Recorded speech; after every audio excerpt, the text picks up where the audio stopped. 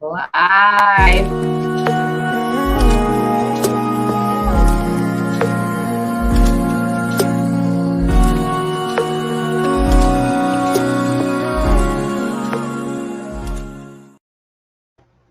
We are live, my people, my people. Thank you so much. We are live. We are live. How you like me now? Yo, look where I'm sitting. It's so comfortable. I'm sitting in a very, very comfortable place. It's all African today. Oh my goodness. And we are live. The guest we have today is in Africa, West Africa, in Mali. I'm so happy about this. I bought this in Mali. I'm wearing something from Mali today, even the map of Africa that I have right there. I bought in Mali, my people. You know how much Mali has been instrumental in the creation of You and I Talk Show. So I'm so happy today that we have someone from Mali and someone who is talking about African culture, spirituality, power. Oh man, I'm so happy. The show is going to be in French. Oh, merci les amis, ça va être en français. For you who don't speak French, stick around so you can learn the language, mais ça va être en français. Merci, merci tout le monde. Nouveau saison pour You and I Talk Show. Alsares, Louise Ouatou, oh, je suis trop confortable. Si quelqu'un peut venir dans notre petit studio, là, il va être assis à côté ici, là. All right, les amis, commencez le show. Vous pouvez commenter sur YouTube, Twitter, Facebook. Je ne sais pas si c'est en train de se faire parce qu'ils m'ont bloqué sur Facebook. Mais nous sommes live ici. S'il vous plaît, faites subscribe pour pouvoir commenter. Jackie Migo, I see you. Ok, bon, là, je sais qu'on est bon, que tout le monde est là. Ok, on est là. Alors là, on est là comme on est là, débutons le show. Welcome to You and I Talk Show, my people.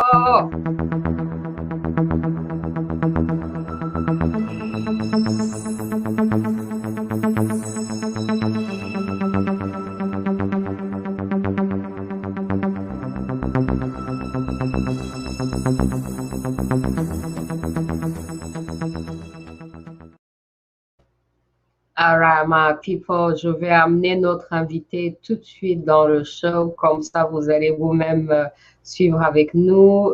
Bonjour, Monsieur Korejo Missa Doumbia. Bonjour, merci d'être ici avec nous sur You and I Talk Show. Bonsoir Louise, bonsoir à tous les auditeurs. Ici, c'est déjà la nuit chez nous, puisqu'il est déjà 21h et quelques. Donc, je vous dis bonsoir à toutes, bonsoir à tous. Merci beaucoup, Iniche, vraiment, le Mali, vous nous inspirez infiniment. Merci d'être ici avec nous. Merci all the way from Bamako. Merci d'être avec nous. Pour tous ceux qui ne savent pas, au fait, ce show, même ce show-là, You and I Talk Show est né parce que nous avions eu une initiative à Montréal, au Canada, et nous avions l'initiative de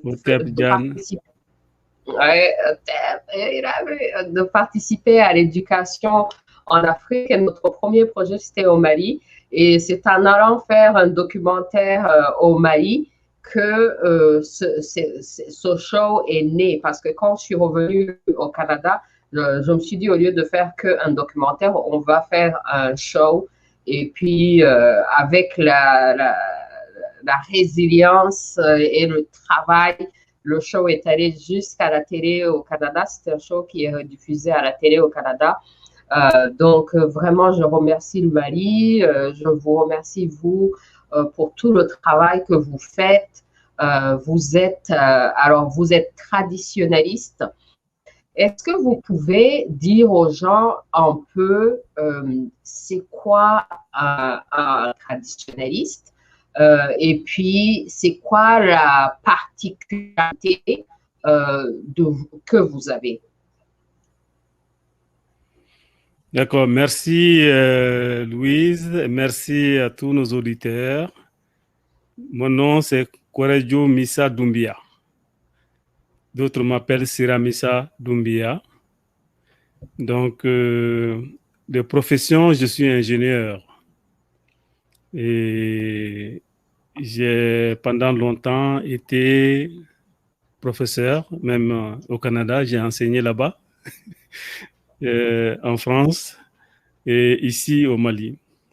Donc, je suis venu définitivement m'installer ici au Mali il y a 24 ans. 24 ans déjà.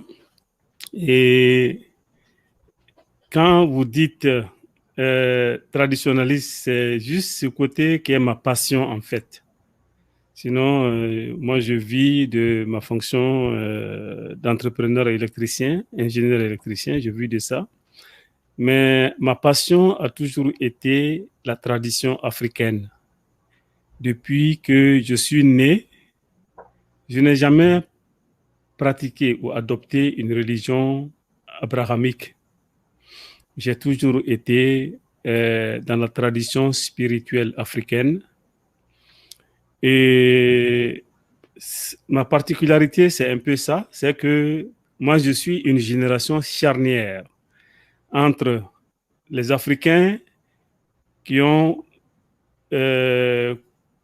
connu l'éducation traditionnelle et les Africains qui ont été socialisés dans la culture occidentale. Donc, les gens qui sont en bas de mon âge au Mali, on peut dire que eux, ils ne connaissent pas la tradition malienne ni la tradition africaine dans sa totalité, et parce que ils ont subi la rupture de l'éducation, la rupture de la socialisation, euh, selon nos ancêtres. Donc, ma première particularité, c'est d'abord ça, en tant que génération qui a connu l'éducation réellement traditionnelle, l'éducation authentique Bamana. Ça, c'est ma première particularité. Ma deuxième particularité, c'est que je suis quelqu'un qui a fait le tour du monde. Comme je vous l'ai dit tout à l'heure, j'ai fait l'université en Russie. Ensuite, je suis allé faire le troisième cycle en France. Ensuite, j'ai enseigné et travaillé au Canada, à Montréal, et avant de venir m'installer définitivement au Mali. Donc, je suis quelqu'un qui a fait un peu le tour du monde, le tour des connaissances scientifiques et technologiques du monde, et avant de revenir chez moi et essayer de mettre en valeur la tradition africaine, parce que la grande particularité de ce qu'on appelle les intellectuels africains, moi je les appelle les scolarisés africains, c'est que eux, ils ont opté pour la rupture. Ils sont allés totalement dans la culture occidentale ou arabe et ils ne sont pas en connexion avec la tradition africaine. Donc, ma deuxième particularité, c'est quelqu'un qui a déjà fait l'école occidentale, qui a eu une grande maîtrise des sciences et technologies occidentales, mais qui a décidé en toute bonne conscience de s'intéresser à la tradition africaine, de s'intéresser au savoir africain, parce que ça, c'est un volet que les Occidentaux ne connaissent pas, les Arabes ne connaissent pas, et malheureusement, la génération actuelle africaine ne connaît pas non plus. Donc, c'est pour ça, nous, on dit qu'il n'y a pas de science universelle. La science, elle est locale. C'est seulement le résultat de la science qui peut être universelle. L'Afrique a une science qui s'appelle la science sacrée, la science ésotérique et la science symbolique que beaucoup de gens ignorent. Et cette science symbolique peut être comparer, moi, en tant qu'électricien, je peux comparer cette science-là à l'électronique analogique. Voyez-vous? Donc, voilà ma deuxième particularité. Donc, quand vous avez dit ma particularité, c'est ça. Le traditionnaliste, c'est quelqu'un qui a décidé de vivre suivant la tradition de ses ancêtres. La tradition, et parlons-en, c'est quoi la tradition? La tradition, c'est tout simplement tout ce qui a été codifié comme les bonnes choses, les bons comportements dans le temps et qui a été stratifié dans le temps. Et c'est ça qu'on appelle les traditions. C'est l'ensemble des savoirs, des connaissances et des comportements de nos ancêtres. Ces savoirs, ces connaissances, ces comportements ont été stratifiés dans le temps et c'est ça qu'on appelle la tradition. Donc, celui qui s'intéresse à ça, à ces savoirs, à ces connaissances, à ces comportements dans la société, et celui qui a une grande connaissance de ça, on l'appelle traditionnaliste. Au fait, est-ce qu'on peut aussi dire que votre choix pour la tradition africaine, pour la culture africaine, est un choix qu'on peut même qualifier de scientifique, étant donné que vous avez eu l'opportunité de voir ce qu'il y a ailleurs, d'apprendre ce que les autres ont, et puis en apprenant aussi ce que les Africains ont, vous avez choisi le chemin africain. Est-ce qu'on peut dire que c'est un choix aussi scientifique basé sur la compréhension de tout ce qui est disponible? C'est comme si vous étiez dans un buffet et que vous voyez tout ce qui est disponible et que vous choisissez cette nourriture-là. Oui, exactement. Je pense que vous avez très bien dit d'ailleurs. C'est un choix très conscient et ça fait partie d'ailleurs de ma particularité. Si on dit science, je l'ai toujours dit, la science est née en Afrique. L'Afrique est la matrice de la science. La science que les autres ont, et la science n'a jamais quitté l'Afrique d'ailleurs. C'est à cause de la violence de l'histoire que nous avons subie qu'il y a eu une rupture dans le développement scientifique de l'Afrique. Parce que quand nous avons été envahis, nous avons été vaincus dans les guerres, la recherche scientifique s'est arrêtée en Afrique. Sinon, c'était vraiment une science. Comme je l'ai dit au départ, il n'y a pas qu'une seule science. La science n'est pas seulement la science rationnelle, raisonnante. Cette science rationnelle, raisonnante, là, moi je la connais, c'est-à-dire les mathématiques, la physique, la mécanique et toutes les technologies qui sont issues de ces sciences-là. La biologie, les sciences naturelles, etc. Ça, c'est la science naturelle. Mais je l'ai dit aussi, il y a l'autre volet de la science qu'on appelle la science sacrée, la science ésotérique, la science symbolique. C'est ce volet scientifique-là, inconnu dans le monde dit rationnel, dans le monde cartésien, si vous voulez, que moi, je tente aujourd'hui de réhabiliter à ma façon, en Afrique ici, et à partir de mes propres investigations. Parce que j'ai constaté que l'Afrique est aujourd'hui le marchepied de l'humanité parce que nous ne sommes pas dans notre voie et toujours en essayant d'imiter les autres, en essayant de prendre ce que eux ils ont, ben, on ne pourra jamais les rattraper. Est-ce que vous voyez? Donc, chaque peuple doit avoir sa particularité. Et notre particularité, c'est cette science sacrée-là à laquelle les intellectuels africains, disons les scolarisés africains, ont tourné le dos. Et pourtant, c'est en développant cette science-là, c'est en essayant de développer notre expertise dans ça que l'Afrique pourra émerger.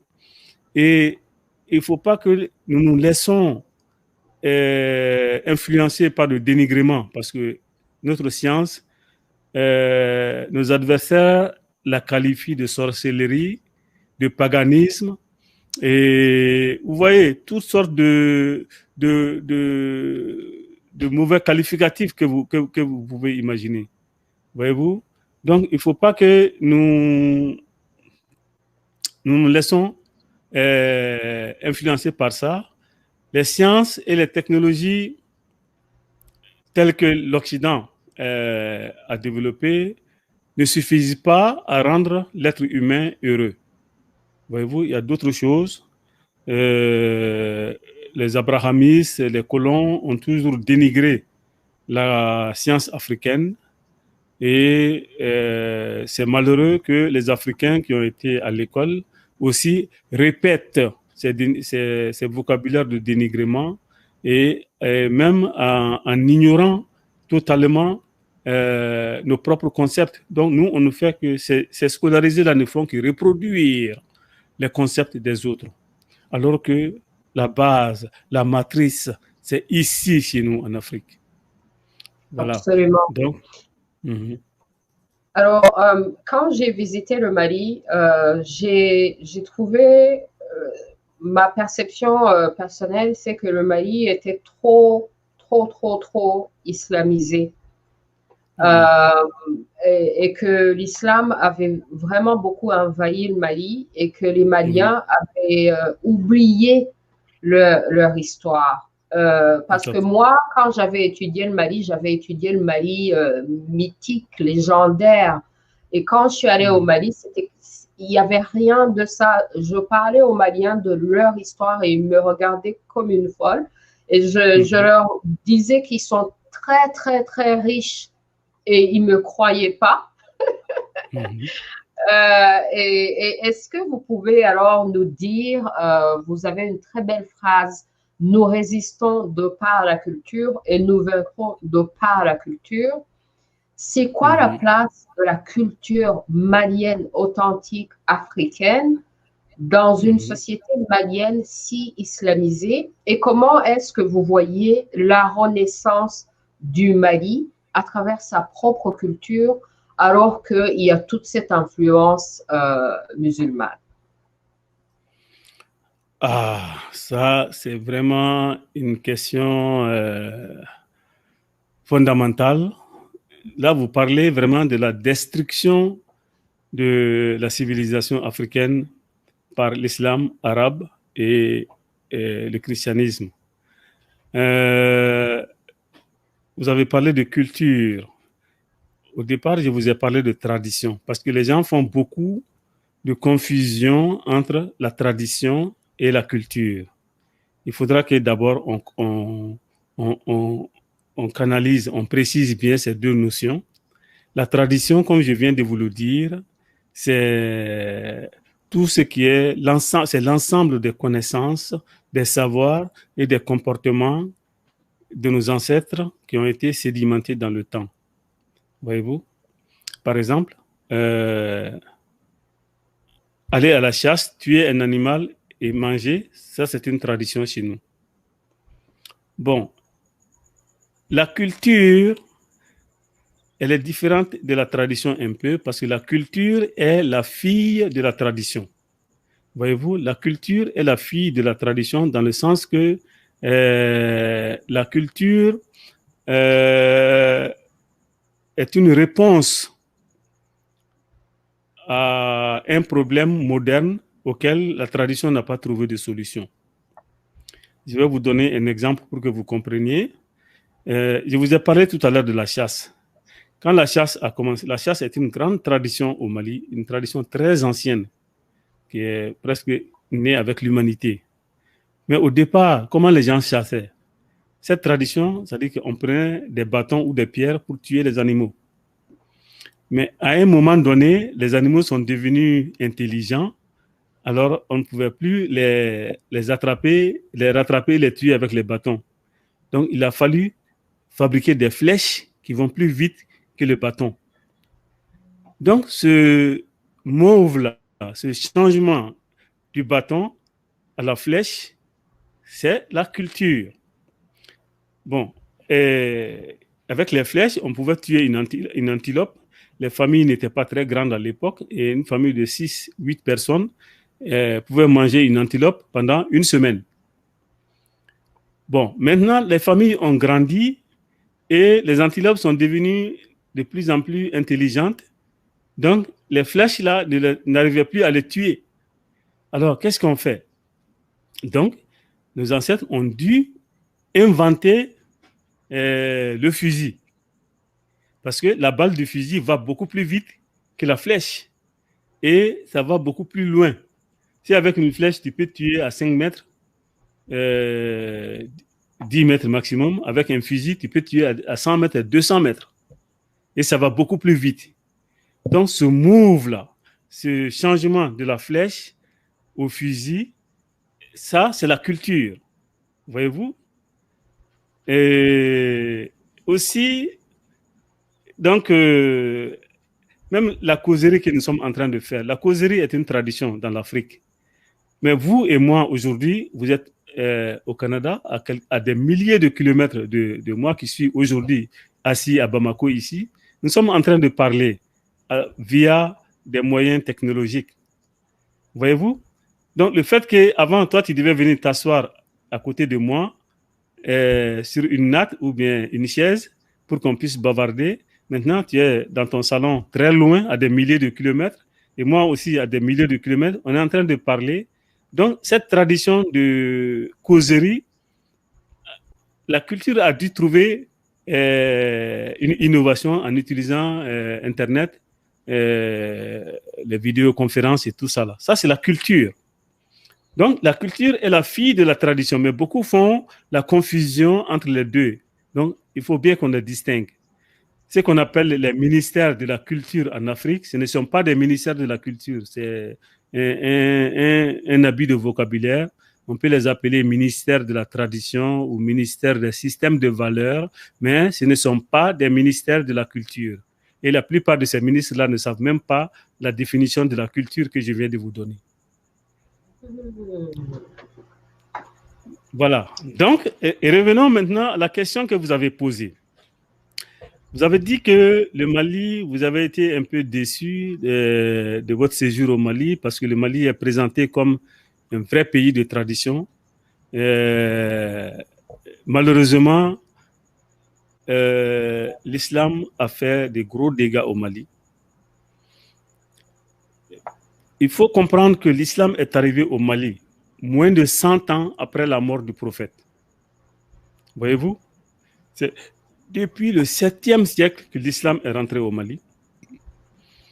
Et quand cette religion est arrivée, nous n'avons pas baissé les culottes comme ça. Hein? Donc, nous avons résisté pendant longtemps. Du 7e siècle jusqu'au 11e siècle, il y a eu une résistance farouche contre la pénétration de cette religion.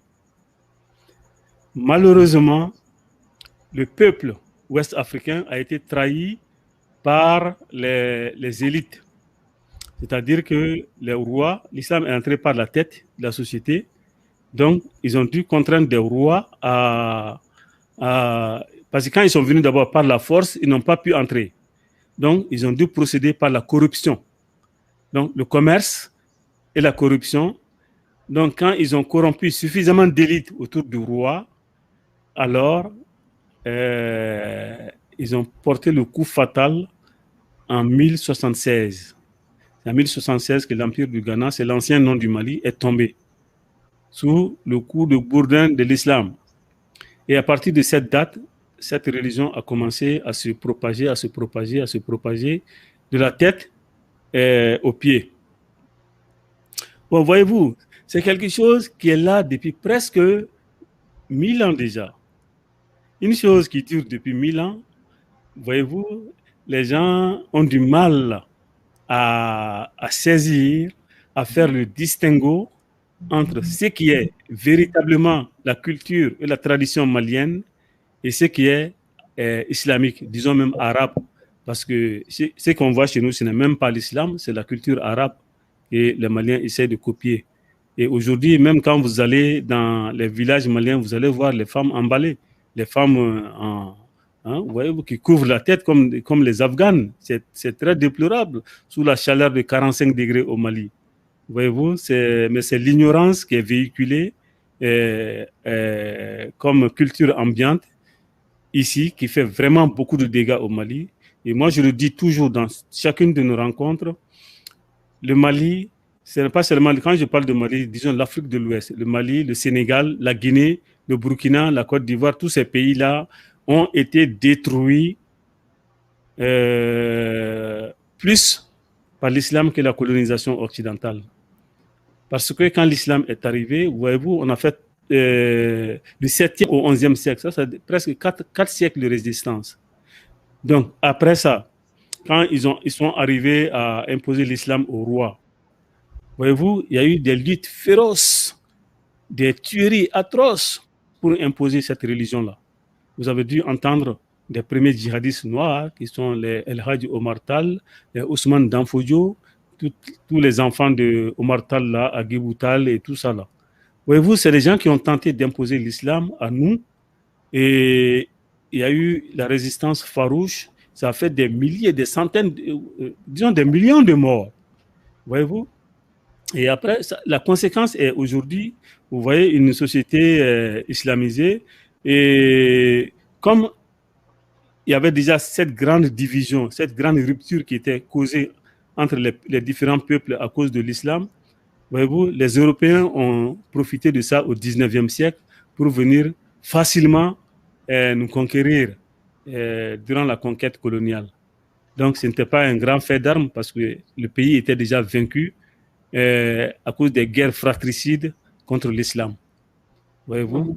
Donc, n'en voulez pas, quand vous êtes venu au Mali, n'en voulez pas aux Maliens ordinaires. Ils ne savent pas qu'est-ce qui leur est arrivé. Donc, notre devoir aujourd'hui est de leur dire que nous avons une tradition authentiquement africaine, authentiquement malienne, qui est différente de la culture et de la tradition islamique arabe et que nous devons valoriser. Et la valorisation de cette culture authentique africaine, c'est ça la mission que nous nous sommes donnée dans notre mouvement culturel nommé Maya Blon. Intéressant, intéressant.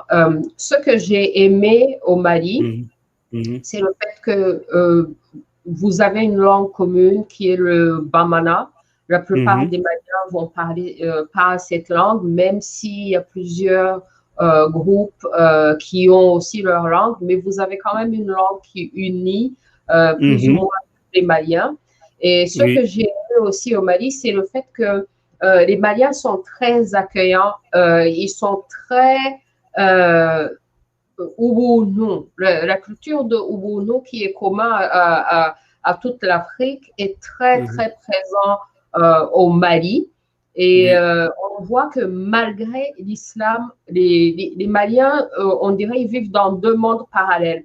On voit que même s'ils pratiquent l'islam, il y a un autre monde parallèle où ils pratiquent un peu aussi la tradition africaine et qui sont dedans. Même chez les gens importants, si on peut dire, même si officiellement ils sont musulmans et qu'ils font tout le truc de musulmans, mais on les voit la nuit ou d'autres journées aller chez les traditionnalistes africains. Donc, c'est comme si il y a cette... on dirait ils sont conscients, mais ils ne veulent pas lâcher ni l'un ni l'autre et rester dans un chemin comme vous l'avez fait. Ils veulent garder les deux. Mais j'ai beaucoup aimé le côté où vraiment ils sont divins dans le sens que la famille, l'accueil, c'est très chaleureux. C'est vraiment magnifique comme atmosphère chez les Maliens.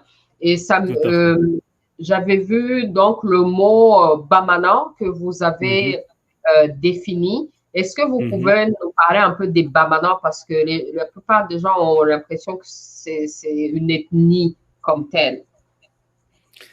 Voilà, donc vous avez très bien résumé. Moi, je suis Bamana.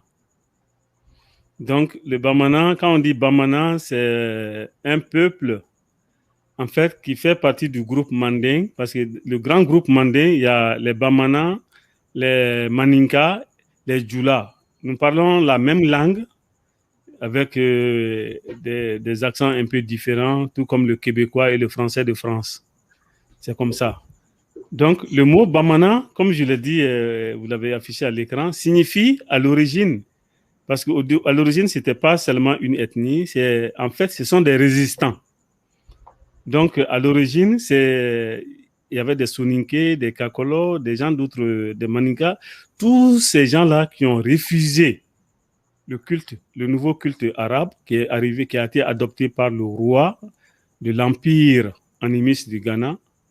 Tous ceux qui ont refusé ce nouveau culte-là, et on les a, et ils ont même renié, récusé l'autorité du roi parce que le roi s'est converti. Donc, c'est une réaction au fait que le roi Magan a trahi ses ancêtres pour collaborer avec les marchands de la religion venue des sables. Et comme à l'époque, le roi s'appelait Magan, ceux qui ont récusé Magan, on les appelle Ban, dans notre langue, Ban Magana. Ceux qui ont récusé Magan, c'est-à-dire le roi converti à l'islam, et cela est à l'origine du terme Bamana. Sinon, au début, ça ne désignait pas une ethnie, mais aujourd'hui, ça désigne une ethnie. En tout cas, c'est une langue, en tout cas, qui est parlée majoritairement au Mali. La grande majorité du Mali parle Bamana. On en parle au Burkina Faso, en Côte d'Ivoire, en Guinée, au Sénégal. Donc, c'est toute l'Afrique de l'Ouest. Donc, ce sont ces rebelles-là qui sont à l'origine du mot Bamana, qui est devenu Bamagana. En contraction, c'est devenu Bamana. Et avec le temps, c'est devenu le groupe rebelle-là, courageux, est devenu une ethnie. Donc, moi, je suis fier d'être Bamana et je suis toujours dans cette résistance originelle Bamana. Et malheureusement, comme vous l'avez dit dans votre intervention, il y a beaucoup de syncrétisme au Mali. Donc, malgré l'apparence que vous dites là, malgré les chiffres officiels qui disent qu'il y a 95% des Maliens qui sont musulmans, je peux vous le dire avec une grande certitude que d'abord ces chiffres, 95% là, c'est absolument faux. De deux, la grande majorité de ceux qui se disent musulmans, ils ne s'assument pas. C'est tout simplement des gens qui ont peur de s'afficher, des gens qui ont peur de dire qu'ils ne croient pas réellement à la religion venue d'ailleurs. Mais comme ça fait effet mode de se présenter comme musulmans, alors beaucoup de gens se disent musulmans, alors que quand ça chauffe, ils viennent tous nous voir, ils viennent voir les traditionalistes. Et vous l'avez si bien dit, le jour, ils affichent des grands boubous, des chapelets, des chéchias, et la nuit, quand ça chauffe, la nuit, ils viennent voir les traditionalistes parce qu'ils croient réellement à ça. Et ils savent que c'est ça la science vraie. Je vous ai tout à l'heure parlé de la science ésotérique, mystique et sacrée de l'Afrique. L'Africain, qu'il soit chrétien, musulman, bouddhiste ou autre, croit beaucoup à cette science sacrée, ésotérique africaine. Donc, il y a beaucoup d'hypocrisie, beaucoup de syncrétisme là-dedans. Et nous ne sommes pas dans ça. Nous sommes restés droits dans nos bottes, courageux pour mener cette lutte-là. Et l'Afrique doit renaître chaque fois que de nécessité et de façon dialectique. Sinon, nous allons disparaître. J'ai commencé une nouvelle série de vidéos où j'ai dit que l'Afrique est en danger. Et ce danger-là, c'est la disparition. Vous voyez, vous savez qu'il y a des peuples qui ont disparu carrément de la planète. Vous vivez au Canada, vous en savez quelque chose. Hein? Quand vous êtes arrivé, vous avez dû comprendre que les premiers fondateurs de ce pays ne représentent plus rien aujourd'hui. Et bien, c'est ça qui guette l'Afrique si nous ne nous réveillons pas. Et la seule façon pour nous d'échapper à ce sort-là, c'est d'être droit dans nos traditions, dans notre culture, en tant qu'Africains authentiques. Donc, fuyons le syncrétisme, fuyons la lâcheté et soyons de véritables Africains authentiques. Absolument. Je suis très consciente de la situation du Canada. C'est pour ça que je fais l'éducation et que mon éducation est plutôt orientée vers l'Afrique pour que ce qu'a subi le Canada n'arrive pas en Afrique. Ça risque de venir, hein, si on continue comme ça. Ça risque même d'être pire. Absolument. Juste une Et, petite parenthèse, commentaire de Diane Gassana. Le mot Kwamagana, nous avons aussi un mot en Kinyarwanda qui dit Magana, Kwamagana. C'est se révolter aussi, c'est dire non. C'est dire non, par exemple, comme dans le cas des envahisseurs, comme on dit, Kwamagana, les envahisseurs, ça serait se battre contre les envahisseurs. Donc, c'est correspondance culturelle. Alors, rentrons alors dans l'histoire du Mali, parlant justement des Bamana et des rois traîtres, de l'élite traître. Le roi Mansa Moussa. Je vous ai vu une fois parler du roi Mansa Moussa et je me suis dit, ah, enfin, un Malien qui parle de Mansa Moussa. Est-ce que vous pouvez dire au monde entier, c'est ce roi brièvement, parce que le monde entier parle toujours de ce roi comme un exemple d'un roi qui a été très, très riche. Et puis, est-ce que vous pouvez nous dire la vraie histoire de ce roi? Et puis aussi connecter ça avec l'actualité. Est-ce que l'élite au Mali n'a pas trahi le peuple exactement comme ses rois dans le passé? Et même dans l'actualité, on le vit. Est-ce que c'est pas pour ça justement qu'il y a eu un coup d'État dans l'actualité? Là, le Mali a subi un coup d'État. Voilà, donc là, vous êtes en train d'aborder un sujet qui est très, très sensible, dont beaucoup de Maliens évitent de parler, mais si nous voulons sortir du bourbier, il va falloir qu'un jour, nous nous disions la vérité historique.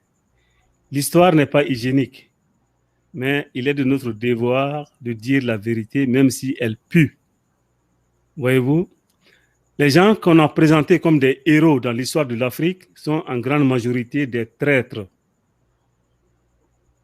Et l'ennemi a toujours eu cette habilité à présenter ces traîtres comme des héros. Et les vrais héros ont été dénigrés, calomniés. Et vraiment, nous sommes dans cette ingratitude-là qui fait qu'une malédiction des ancêtres s'abat aujourd'hui sur le Mali. Je l'ai toujours dit. Vous avez parlé de Kankou Moussa. Avant lui, il y a eu beaucoup de rois qui ont trahi.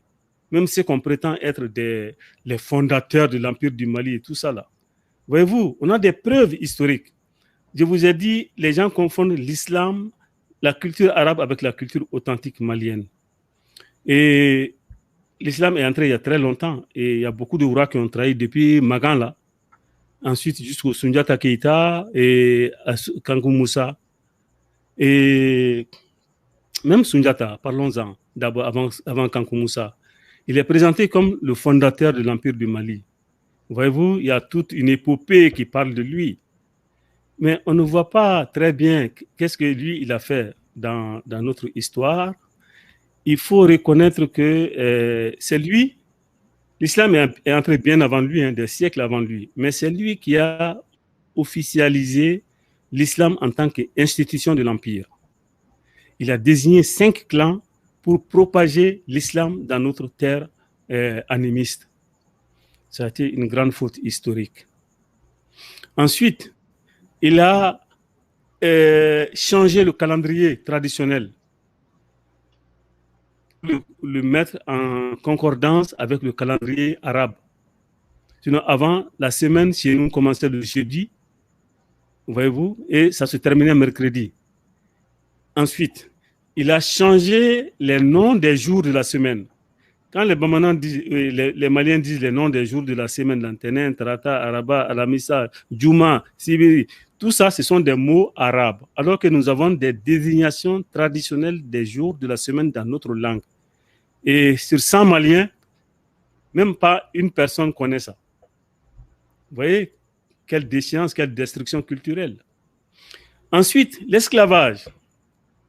C'est vrai que l'esclavage a existé avant lui, mais il devrait l'abolir. Il n'a pas aboli l'esclavage, il a seulement ramolli les conditions de l'esclavage. Voyez-vous, il a dit l'esclave ne travaille plus 7 jours pour le maître, mais il va travailler 5 jours pour le maître et 2 jours pour lui. Donc, il a amené des amendements, mais il aurait dû tout simplement abolir l'esclavage comme notre roi le plus patriote, le plus grand roi que le Mandé a connu, qui est Soumaoro Kanté, avait voulu faire. Bon, voyez-vous, il s'est associé avec les adversaires de Soumaoro Kanté et ils ont fait une coalition pour le renverser. Voyez-vous, c'est cette coalition-là qui a renversé le plus grand roi, le plus patriote de nos rois, qui est Soumangolo Diarisso, alias Soumaoro Kanté. Bon, après eux, donc l'islam s'est renforcé. Quand l'islam s'est renforcé, donc nous avons eu un roi qui s'appelle Kankou Moussa. D'autres appellent Kankan Moussa, mais ça c'est des déformations. Kankou Moussa, c'est-à-dire que Moussa, le fils de Dame Kankou. Il fut un roi au XIVe siècle, début du XIVe siècle, un empereur. Donc c'est lui qui était vraiment le prototype même du roi mégalomane.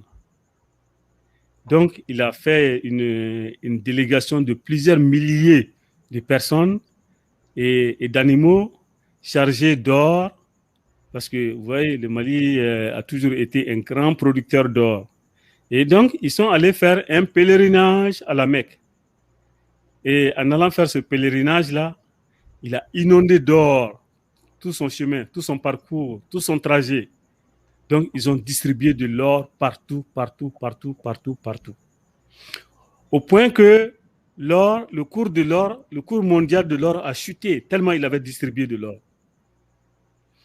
Et en voyant cette mégalomanie, les peuples du désert se sont dit, ah tiens, ces nègres-là, ils ont beaucoup de richesses, hein. Il faut qu'on aille voir là-bas. Donc, ils se sont organisés. D'abord, lui, durant son pèlerinage, là, il a subi le racisme, même à son retour en Égypte, il a subi le racisme. Malgré ça, il n'a pas ouvert les yeux, il est venu construire des mosquées. Et puis, son pèlerinage a donné l'idée à d'autres envahisseurs de venir nous attaquer. Et c'est comme ça que les attaques ont suivi des arabo-musulmans suite à son pèlerinage. Et à partir de lui aussi, le monde a découvert que le Mali est en fait un pays très riche en or. Même aujourd'hui, cette richesse continue. Mais le pillage a commencé à partir de là. Et Kankou Moussa est présenté comme le roi ou l'empereur le plus riche, mais ce n'est pas sa richesse personnelle. Il a pris l'or de l'Empire, la richesse de l'Empire pour aller distribuer par mégalomanie. Donc, quand je lis sur Internet que voilà, c'est l'homme le plus riche de l'humanité, ben, je me marre tout simplement. Ça fait rire, quoi. Voyez-vous? En fait, donc, il a volé la Banque nationale du Mali, si on peut dire.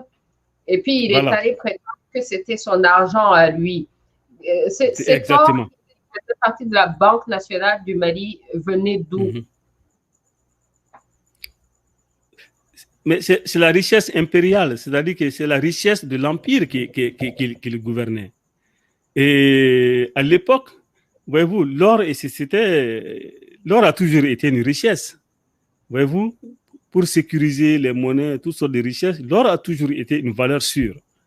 Donc, l'Empire avait son trésor. Il y avait le trésor royal qui était là. Le trésor de l'Empire était évidemment géré par l'empereur. Voyez-vous? Mais aujourd'hui, on a mis des garde-fous. Mais si, par exemple, aux États-Unis, Joe Biden décidait de prendre la banque l'argent de la banque des États-Unis et puis il va distribuer en Afrique ou bien en Asie, qu'est-ce que les Américains vont penser? Hein? Ça ne lui viendra même pas à l'idée parce que maintenant, ils ont mis des garde-fous. Mais à l'époque, il n'y avait pas ces garde-fous. Le roi était omnipotent. Donc, c'est lui qui décidait. Et surtout que l'élite autour de lui, l'élite était convertie déjà à l'islam. Donc, pour eux, ça faisait bon d'aller faire l'islam à la Mecque. Et en partant, il fallait montrer aux Arabes que voilà, voilà un grand roi, un grand empereur, un riche qui est venu. Mais c'est en prenant les trésors publics, vous voyez, l'or public qu'il a fait ça. Donc, moi, je ne le considère pas. Quand les gens disent qu'il est l'homme le plus riche du monde, c'est une abomination.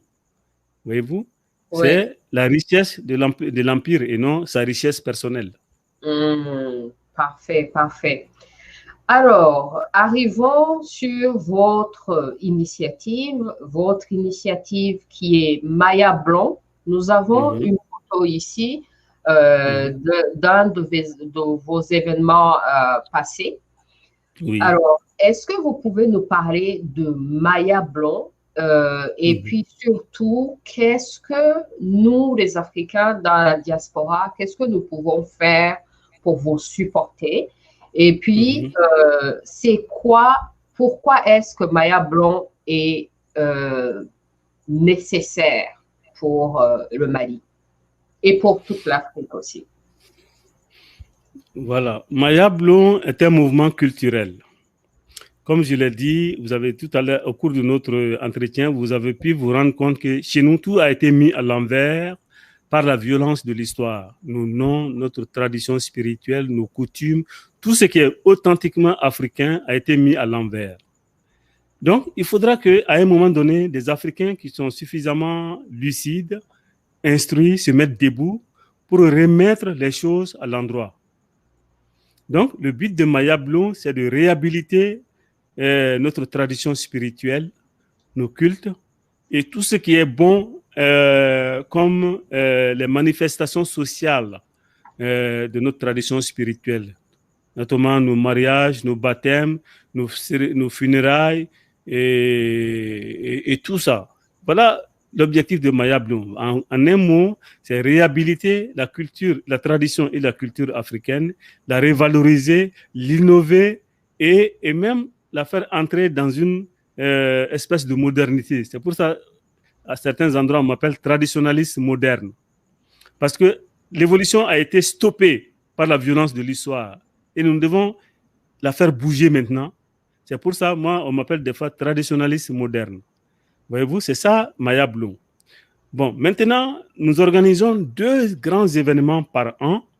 Le premier événement va avoir lieu au mois de décembre. Chaque année, au mois de décembre, à mi-décembre, nous organisons Maya Sira, qui est le pèlerinage kamite au Mandé, c'est-à-dire le pèlerinage, entre guillemets, animiste.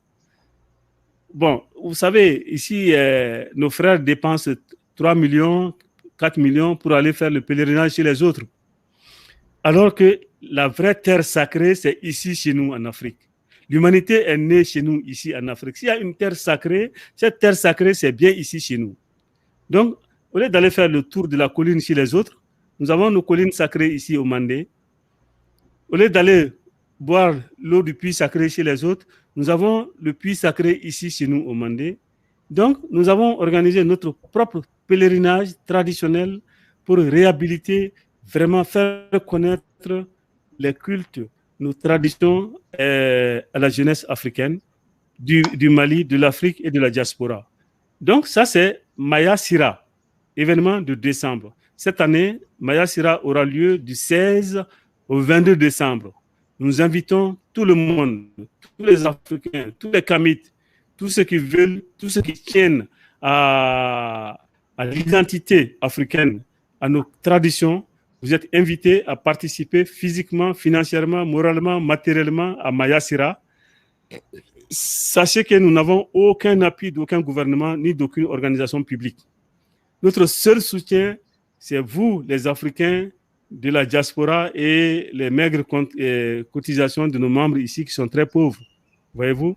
Donc, quand les Africains décident de se battre pour l'Afrique, malheureusement, ces Africains n'ont aucun soutien des autorités officielles. Je le dis, depuis que nous avons commencé, ça fait 8 ans, nous n'avons pas reçu un franc d'aucun gouvernement africain, ni d'aucun gouvernement d'ailleurs. Aucun. un franc, on n'a pas reçu. Je peux le dire. Si quelqu'un peut le contredire, qu'il le dise.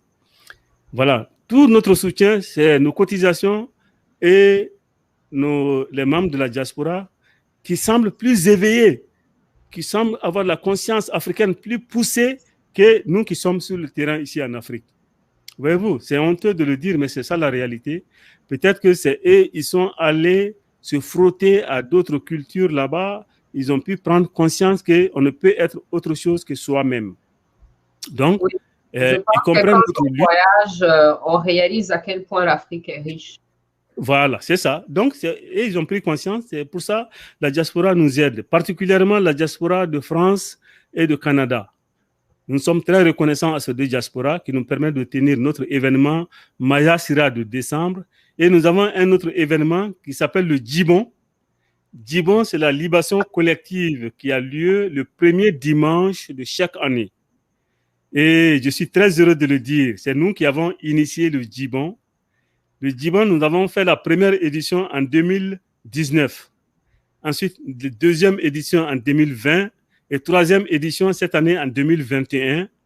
Et voilà qu'une petite association comme Maya Blon a pu institutionnaliser un culte africain et ça a été célébré cette année dans plus de 20 pays. Voyez-vous, je suis très fier, d'avoir que Maya Blon a été l'initiateur de ce Djibon-là. Et partout en Afrique, cette année, on l'a fêté en Guinée, au Burkina Faso, en Côte d'Ivoire, au Bénin, au Cameroun et dans d'autres pays africains. Et même dans la diaspora, le Djibon a été célébré en France, au Canada, et figurez-vous, aux États-Unis, ça a été célébré là-bas. Et même 3 ou 4 Maliens en Chine l'ont fait. Voyez-vous? Donc, ça a été un événement international célébré dans plus de 20 pays. Moi, je suis fier. Un petit mouvement comme Maya Blon qui n'a rien, nous, on a pu faire ça. Et même les gouvernements qui ont des milliards et qui distribuent des centaines de millions à nos ennemis, ils ne peuvent pas organiser un truc comme ça. Mais nous sommes fiers de l'avoir fait. C'est ça la vraie révolution. Nous l'avons fait parce que les gens font confiance en nous, malgré que les détracteurs disent n'importe quoi. Si nous avons pu internationaliser un culte africain, c'est que véritablement, les Africains font confiance en nous. Donc, je suis très reconnaissant envers nos frères et sœurs de la diaspora, particulièrement la diaspora en France et au Canada. C'est eux nos plus grands soutiens. N'empêche qu'il y a d'autres diasporas qui nous soutiennent, hein, mais tout simplement parce que les Africains sont plus nombreux dans ces pays-là. Nous regrettons un peu les États-Unis, la langue nous handicape un peu parce que eux, c'est le monde dit anglophone et comme nous sommes limités à l'usage de la langue coloniale française, donc nous n'avons pas très accès à nos frères et sœurs des États-Unis. Donc, je vous chargerai, vous, Louise, d'être notre messager auprès de ses frères et sœurs, qu'ils sachent qu'en Afrique, il y a un mouvement culturel authentiquement africain qui se bat pour la réhabilitation de la tradition africaine, qui malheureusement n'a pas les moyens de ses ambitions. Mais ce que nous faisons, c'est ça la vraie révolution. Absolument. Sans ça, oui. Nulle part. Oui, absolument. Nous allons continuer à vous supporter, continuer à propager votre message parce que comme on voit, la diaspora noire américaine est très puissante et a beaucoup d'argent aussi. Donc, quand la diaspora noire américaine supporte quelque chose en Afrique, ça marche aussi parce qu'ils ont les moyens justement de leur conviction. Et puis, Maya Blon, nous vous remercions infiniment. Est-ce que ici, la photo ici, c'est durant le Djibon? Et puis, on dirait les effets du Djibon se sont déjà fait sentir parce que il y a quand même des changements au Mali, il y a des changements en Guinée. J'ai l'impression qu'il y a beaucoup de cérémonies que vous avez fait et que ça se fait déjà sentir. Parce que quand je vois vos posts, ce que vous faites, c'est que ça va toucher la politique sans faute, quoi. Qu'est-ce que vous en pensez? Qu'est-ce que vous pouvez nous en dire? Bon, ce que je peux vous dire, c'est que contrairement aux religions abrahamiques, vous savez que même le Mali souvent a donné des centaines de millions à ces religions-là pour faire des manifestations, mais ils n'ont jamais donné un franc à Maya Blum. Maya Blum a été l'initiatrice du Djibon. Et les conséquences du Djibon depuis la première édition en 2019 sont indéniables. Nous avons fait la première édition du Djibon en 2019. Il y a eu la meilleure pluviométrie au Mali. Donc, depuis que nous avons fini le rituel de libation, la pluie a commencé. Et ça a commencé le début de juin jusqu'à la fin, jusqu'en novembre, il a plu. Donc, c'était la meilleure pluviométrie. Depuis qu'on a commencé, la pluviométrie est bonne au Mali. Personne ne peut nier ça. Depuis 2019 jusqu'à aujourd'hui. 3 éditions, 3 ans, bonne pluviométrie. Deuxième résultat, il y a eu des événements politiques que tout le monde connaît. Donc, il y a eu le dévoilement de beaucoup de trahisons politiques. Tous ces grands traîtres-là, beaucoup ont été renversés. Pas seulement au Mali, hein, dans toute l'Afrique, parce qu'on a fait des malédictions pour tous ceux qui trahissent l'Afrique, que les malédictions des ancêtres et des génies s'abattent sur eux. Et beaucoup de traîtres ont chuté. Il y a eu la mort de beaucoup de hautes personnalités politiques. Je n'ai pas besoin de citer leurs noms, mais beaucoup sont morts depuis qu'on a commencé. Et cela doit interpeller tout le monde à revenir à de meilleurs sentiments, à créer plus de solidarité et à ne pas trahir sa patrie. Parce que le problème numéro 1 de l'Afrique aujourd'hui, c'est la trahison des enfants africains. La trahison est trop rentable aujourd'hui en Afrique et c'est ça qui fait que l'Afrique n'arrive pas à avancer. L'Afrique, 30 millions de kilomètres carrés. On peut mettre les États-Unis, l'Europe, la Chine, tout ça là-dedans. Si ce grand continent immense, imaginez, États-Unis, Canada, Europe, Chine, tout ça ensemble dans un continent. Si ce continent fait la petite Corée qui ne fait même pas plus grand que la ville de Bamako, fait plus peur que l'Afrique, décidément, c'est à cause de la trahison des enfants d'Afrique, surtout ceux qui ont été à l'école occidentale et l'école arabe. Moi, je les appelle Arabo-Woloso ou Toubabou-Woloso. Arabo-Woloso, c'est ceux qui sont montés sur le cheval des Arabes, c'est-à-dire les apprentis des Arabes. Ils sont sur un cheval, ils ne savent même pas où le cheval s'en va. C'est les Arabes qui tiennent le mors ou diriger le cheval. Pareil, ceux qui ont été à l'école occidentale, Toubabou-Woloso, et ils sont montés sur un cheval, et c'est les héros occidentaux qui tiennent le mors du cheval. Ils ne savent pas où ils vont. Pourtant, nous avons la meilleure tradition au monde. Moi, j'ai parcouru le monde. Je peux affirmer avec une grande conviction que l'Afrique, sur le plan social, culturel, n'a rien à envier. Au contraire, je peux sans abuser dire que nous avons le cortex cérébral le plus développé parmi les humains. Mais à cause de notre trop grande gentillesse, on a été abusés et nous avons été vaincus. Et à cause de quelques guerres perdues, nous sommes devenus aujourd'hui les marchepieds de l'humanité où tout est mis à l'envers. Donc, le Djibon a eu des effets indéniables. Hein? Vous avez vu les renversements des traîtres, les décès des personnalités politiques qui ont trahi, des maladies bizarres. Bon, tout ça, ce sont les résultats indéniables du Djibon. Et celui qui n'est pas d'accord avec ça, il peut rester avec son avis, mais la réalité est là et palpable.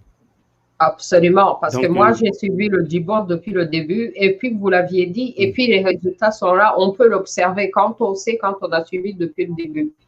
Alors, une chose importante qu'il faut que les Africains comprennent, c'est que la raison pour laquelle on fait plutôt la promotion de l'Afrique dans son authenticité, dans sa tradition, dans sa culture, c'est que quand l'Afrique était dans son authenticité, ils ont bâti la civilisation la plus glorieuse, la plus magnifique de l'humanité.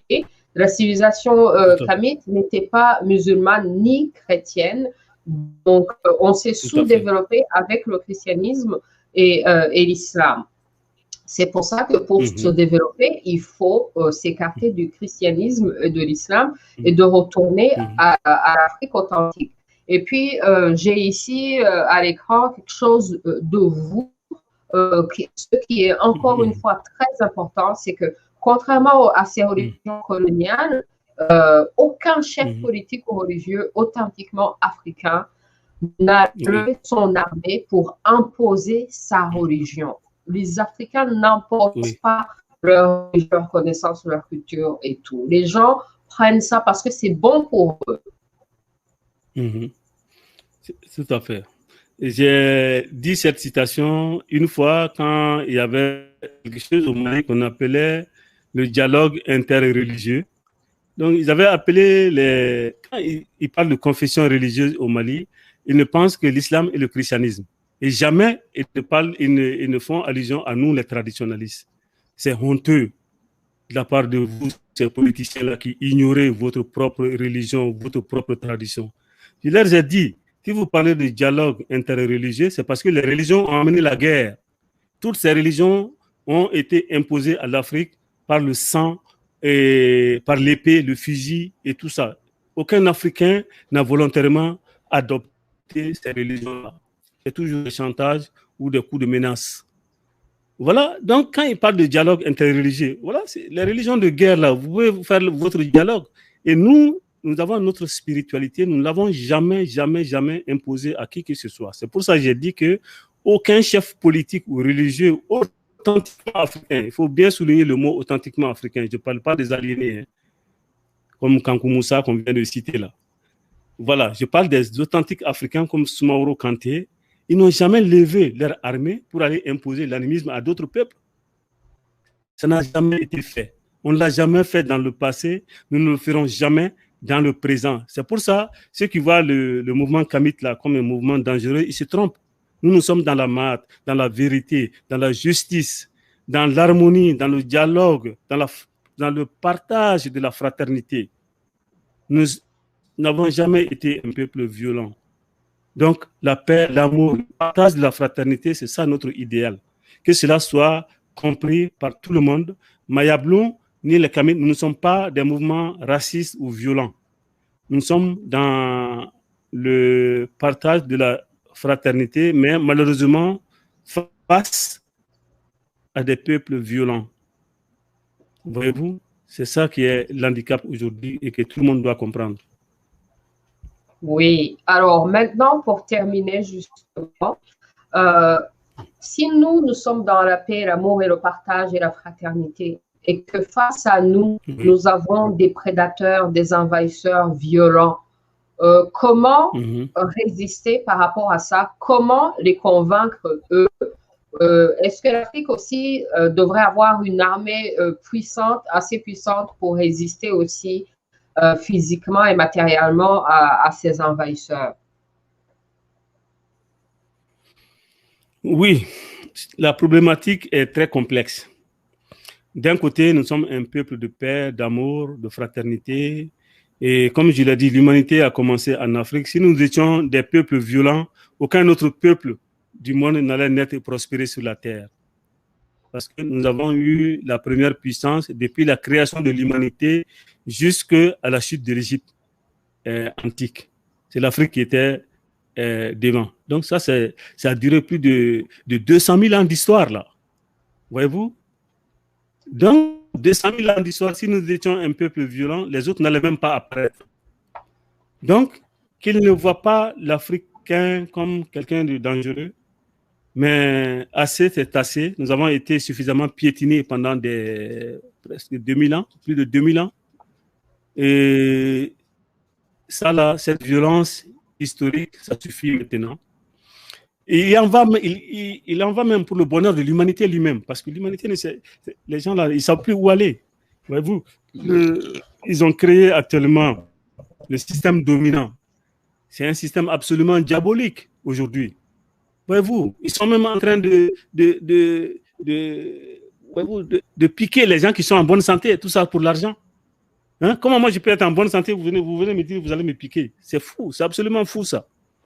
Voyez-vous, l'Afrique a cette matrice-là de l'humanité, c'est l'Afrique qui peut encore réhumaniser l'humanité. Et pour le faire, nous sommes face à des gens très violents et il faut être très intelligent dans cette lutte-là. Ça ne peut pas être une lutte armée, parce que sur le plan armé, je n'ai pas besoin de vous le dire, hein, ils ont des armes pour nous détruire totalement. Bon, donc, la lutte est à double volet. Développons notre propre science, la science que nos ennemis ne maîtrisent pas. De deux, continuons à, entre guillemets, à les humaniser.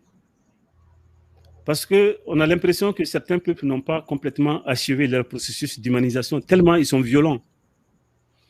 Et c'est le rôle de vous, Africains qui êtes dans la diaspora, sentez-vous comme chargés de mission, de porter le message de l'Afrique aux autres peuples qui ne nous comprennent pas.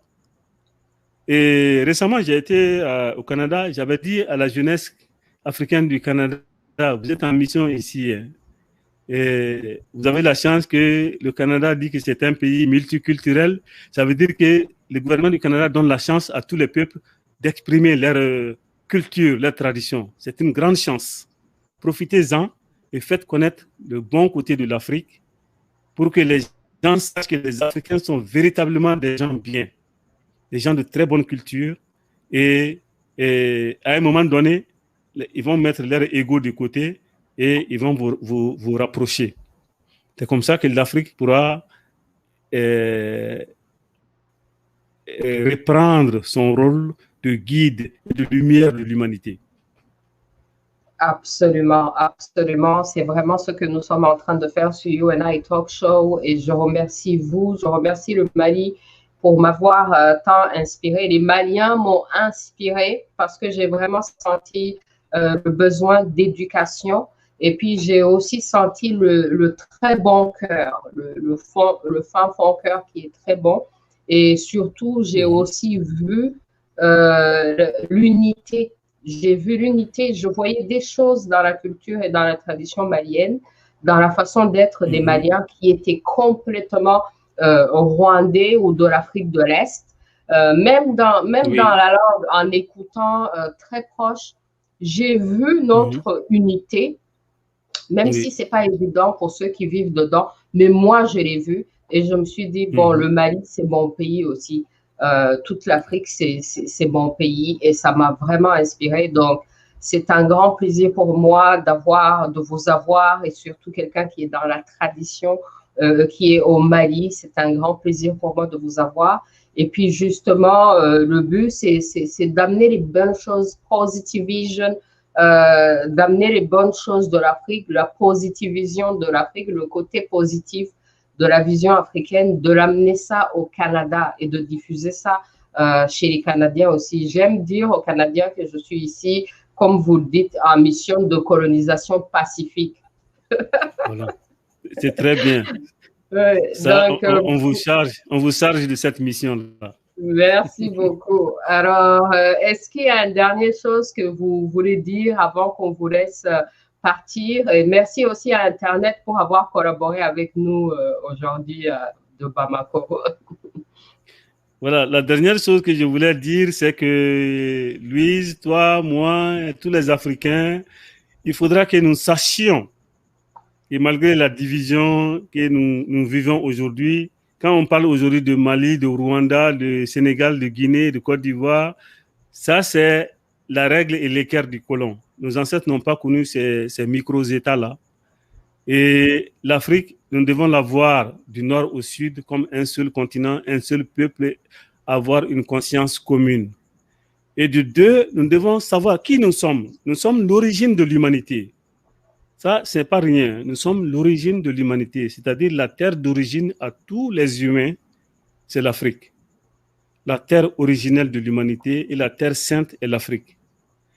Et c'est pour ça, l'ancien nom du Mali, bon, quand je dis le Mali, il ne faut pas prendre le Mali actuel, là, hein, c'est toute l'Afrique de l'Ouest. L'ancien nom, on l'appelait Do-Dougou. Do-Dougou, Do, ça veut dire le mystère. Dougou, ça veut dire le pays. Dodougou, ça veut dire le pays des mystères. C'est ça qui est l'origine de l'humanité. Je vais vous faire une grande révélation aujourd'hui. Dodougou est le pays des mystères. C'est l'origine de l'humanité. Les gens pensent que c'est l'Égypte. Non, non, non. L'Égypte, c'est... les Égyptiens anciens viennent de nous, voyez-vous, parce que l'Égypte n'était qu'un lieu de passage entre l'Afrique et les autres continents. Et c'est un lieu de convergence des civilisations africaines. Mais l'origine même, c'est chez nous, Dodougou, le pays des mystères. Et ça, c'est une grande révélation que j'ai l'honneur de faire aujourd'hui. Nous allons développer ce thème-là dans nos prochaines interventions. Et puisque l'Afrique, la nation africaine, est un roman à renouveler. Et ça, de ce pays des mystères-là, les rois sont allés s'établir dans les différentes parties de l'Afrique, l'Afrique du Sud, l'Afrique centrale, tout ça là. Mais tout est parti de Dodougou, le pays des mystères. Donc, c'est la dernière chose que j'ai à dire. Donc, il faudra que nous sachions d'où vient l'humanité, qui nous sommes, qu'est-ce que nous étions hier, la lumière du monde, la lumière de l'humanité. Qu'est-ce que nous sommes devenus aujourd'hui, les marchepieds de l'humanité, à cause de quoi? Des religions et de la colonisation. Voilà les points de chute et voilà les points à partir desquels nous pouvons nous relever. C'est notre tradition, notre spiritualité. Voilà, ça, ce sont des choses sur lesquelles nous pouvons nous relever. Donc, ça, c'est mon dernier mot. Et je suis content d'avoir été invité à échanger avec vous. Et je vais finir par faire des bénédictions. Des bénédictions à vous tous, à vous toutes qui m'écoutez. Je prie les ancêtres pour qu'ils continuent de nous protéger, de nous guider, afin que l'Afrique, qui a été la lumière de l'humanité pendant plus de 100 000 ans, 200 000 ans, qui est devenue aujourd'hui le marchepied de l'humanité parce que nous avons perdu quelques guerres, ce continent sacré, ce continent origine de l'humanité puisse reprendre son rôle de guide de l'humanité. Vous les ancêtres, je vous le demande, vous les Africains de la diaspora qui soutenez Maya Bloom, je prie les ancêtres qui vous facilitent la vie là-bas, là où vous vivez, quel que soit le pays ou le continent dans lequel vous vivez, vous avez quitté l'Afrique pour une raison ou une autre. Nous qui sommes en Afrique, déjà la vie n'est pas facile pour nous ici. Si la vie n'est pas facile pour nous qui sommes sur notre terre, la terre de nos ancêtres, que dire de vous autres qui êtes partis chez les autres? Alors, comportez-vous là-bas en bon Africain, soyez en harmonie avec les ancêtres des terres sur lesquelles vous êtes. À chaque fois que vous invoquez vos ancêtres africains, invoquez les ancêtres fondateurs des pays où vous êtes. C'est comme ça que vous allez être en harmonie avec votre environnement. C'est comme ça que vous allez être des bons Africains, des gens qui partagent la fraternité, l'amour. Et souriez à ces gens-là, même s'ils vous méprisent. C'est comme ça que vous allez les humaniser. Merci à tout le monde. Absolument. Merci, merci infiniment. On vous souhaite une excellente soirée à Bamako. On souhaite que du bien au Mali et à toute l'Afrique. Merci infiniment d'avoir été avec nous. Merci, c'était un grand plaisir pour moi. Au revoir à tout le monde. Au revoir. All right, my people. Oh, c'était magnifique, magnifique, magnifique. Nous remercions énormément notre professeur Korejo Mr. Doumbia. Non, c'est vraiment magnifique. Vraiment, ça me fait un grand plaisir. Alors, les amis, c'est tout pour aujourd'hui. Si vous avez des questions, je suis là. Je vais clôturer d'abord le show. Ensuite, si vous avez des questions, j'aurai 5 minutes à vous consacrer. On va causer un tout petit peu après la clôture du show. Merci à tout le monde. Donc, dans 30 secondes, on est ensemble dans le after party.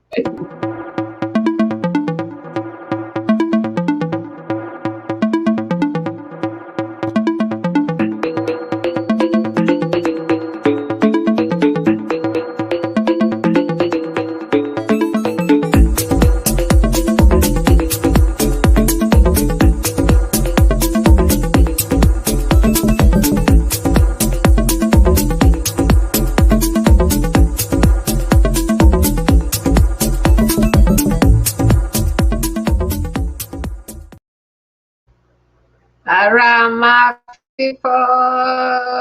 Alright, je vois tous les commentaires. Mustapha Koné, merci d'avoir été avec nous. Il reste encore certains des gens qui ne sont pas sur le bon chemin. On attend leur Santa. Yo! Oh, j'ai été bannie de Facebook. Là. Cette émission-là n'a pas pu être diffusée sur Facebook. Et moi et le professeur Rocco Reggio, lui aussi, il est banni de Facebook. Moi-même, je suis banni de Facebook. Et l'un des commentaires qui m'a fait être banni sur Facebook, c'est j'ai dit qu'il fallait probablement ramener la guillotine pour les politiciens corrompus. Est-ce que si les politiciens savaient qu'il y aura la guillotine s'ils sont corrompus, est-ce qu'ils allaient vraiment être aussi corrompus, hein? François Xavier Turikuni Koimana Zakurambera Hachuniwa Umugisha. Ah, Umugisha. La bénédiction d'Imana qui a créé tous nos ancêtres. Que la bénédiction soit avec vous. Oh, les amis, merci infiniment d'être avec nous. Alors là, notre nouvelle saison a commencé. Et je vous dis déjà, vendredi prochain, et vendredi prochain, soyez là à la même heure. Ça va commencer à 2 p.m. Vancouver time et j'ai l'impression que ça va durer un peu plus d'une heure qu'aujourd'hui. Ça va être un peu plus long qu'aujourd'hui, mais soyez là. Regardez qu'est-ce qu'on a vendredi prochain. Regardez, vous êtes les premiers à le savoir. Parce que vous êtes là dans le live, mais regardez qu'est-ce qu'on vous prépare pour vendredi prochain. Ça va être un bombardement intellectuel. Regardez-moi ça. Regardez-moi ça.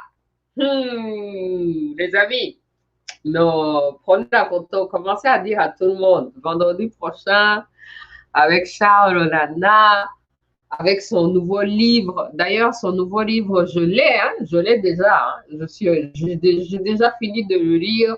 J'ai déjà 1 milliard de questions. C'est-à-dire que le show là ne sera même pas assez long pour moi parce que tellement j'ai 1 milliard de questions déjà. Et puis, alors, qu'est-ce que vous pensez du nouveau set là? Là, je suis très, très relax là. Et si quelqu'un veut venir s'asseoir là pour être interviewé, vous pouvez vous asseoir là ou je peux bouger là, vous asseyez là. Ah, les amis, si vous avez des questions, je vous écoute. Sinon, le show est terminé. On est dans le after show. Je suis vraiment très, très contente d'avoir fait une interview avec quelqu'un qui est au Mali. Vu que You and I Talk Show, là, vraiment, le Mali m'a beaucoup inspiré. Vu que la carte d'Afrique, là, même, je l'ai acheté au Mali. Même ça, là, je pense que c'est un cadeau qu'on m'avait donné au Mali.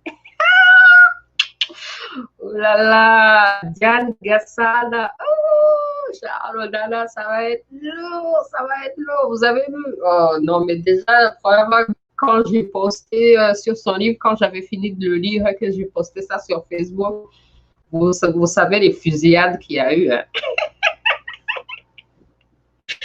Fusillade, bombardement intellectuel, vous savez ce qu'il y a eu, quoi. Le show qu'on avait fait avec Onana l'année passée, là, c'est le show le plus populaire sur You and I Talk Show. Les gens aiment des vrais intellectuels qui amènent des faits sur le plateau, quoi. Je pense que le monde entier est fatigué des charlatans et des menteurs.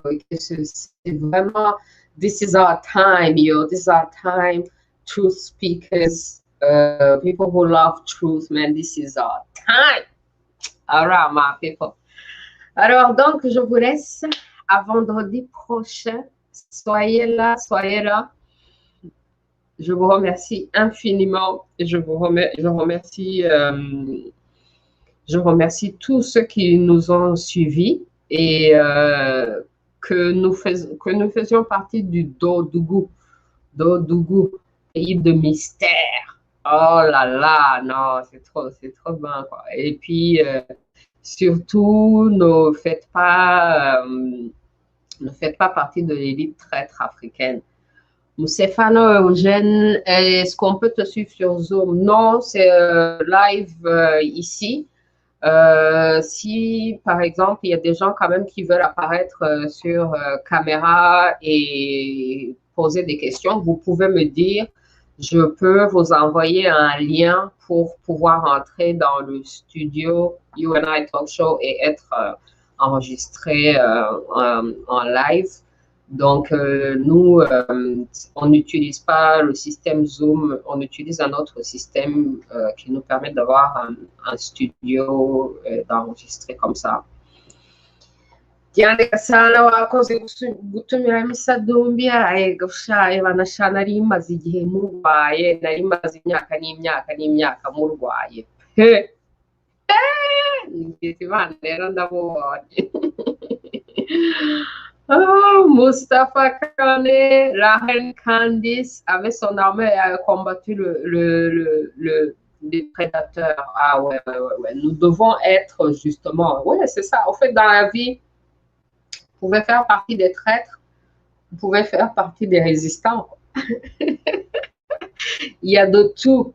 C'est tellement plus facile de faire les traîtres, mais c'est tellement plus glorieux de faire partie des résistants. Donc, je nous souhaite de faire partie des résistants parce que de toute façon, la chose que nous devons comprendre, c'est que le bien finit toujours par gagner. Donc, les gens peuvent croire que le mal a vaincu, mais non, c'est temporaire. Quand le mal est dominant, là, c'est temporaire. Ce n'est jamais permanent. Quand le mal domine, c'est plutôt pour motiver les gens à se bouger, à faire quelque chose et à se redécouvrir leur divinité. Et que à travers leurs efforts justement pour vaincre le mal, ils vont se redécouvrir qu'ils ont toujours été divins et qu'ils ont toujours eu une force supérieure à tout le mal. Donc, le mal est là, c'est un peu comme un challenge. C'est un challenge qui se présente. Maintenant, c'est à nous d'affronter le challenge. All right, my people. OK, alors, moi aussi, je vais quitter le studio. En tout cas, merci. Vous êtes les bienvenus. You and I Talk Show, on enregistre selon les invités, en fait. Si l'invité parle français, on va faire le show en français. Si l'invité parle anglais, on va faire le show en anglais. Si l'invité parle Kinyarwanda ou Kiswahili, on va faire le show dans la langue de l'invité. Et puis, comme Correggio Misadumbia disait qu'au Canada, c'est un pays qui se dit multiculturel, et bien alors on profite de cette histoire de multiculturalisme du Canada. Au début, quand j'ai amené mon show, quand mon show a été pick-up pour passer à la télé, au début, tous les shows étaient en anglais. Mais petit à petit, plus je passe de temps dans le système, plus je leur ai parlé du français, plus je leur ai parlé du Kinyarwanda et du Kirundi. Et c'est vraiment la première fois dans l'histoire du Canada qu'on voit un show comme You and I Talk Show qui peut justement enregistrer dans toutes ces langues. Et donc, notre show est parti d'être un show anglophone, in English. Et là, c'est un show multilingual. Alors, pour ceux qui habitent au Canada, voici le schedule pour ceux qui regardent la télé. Bizarrement, moi-même, je regarde la télé très, très rarement ces jours-ci.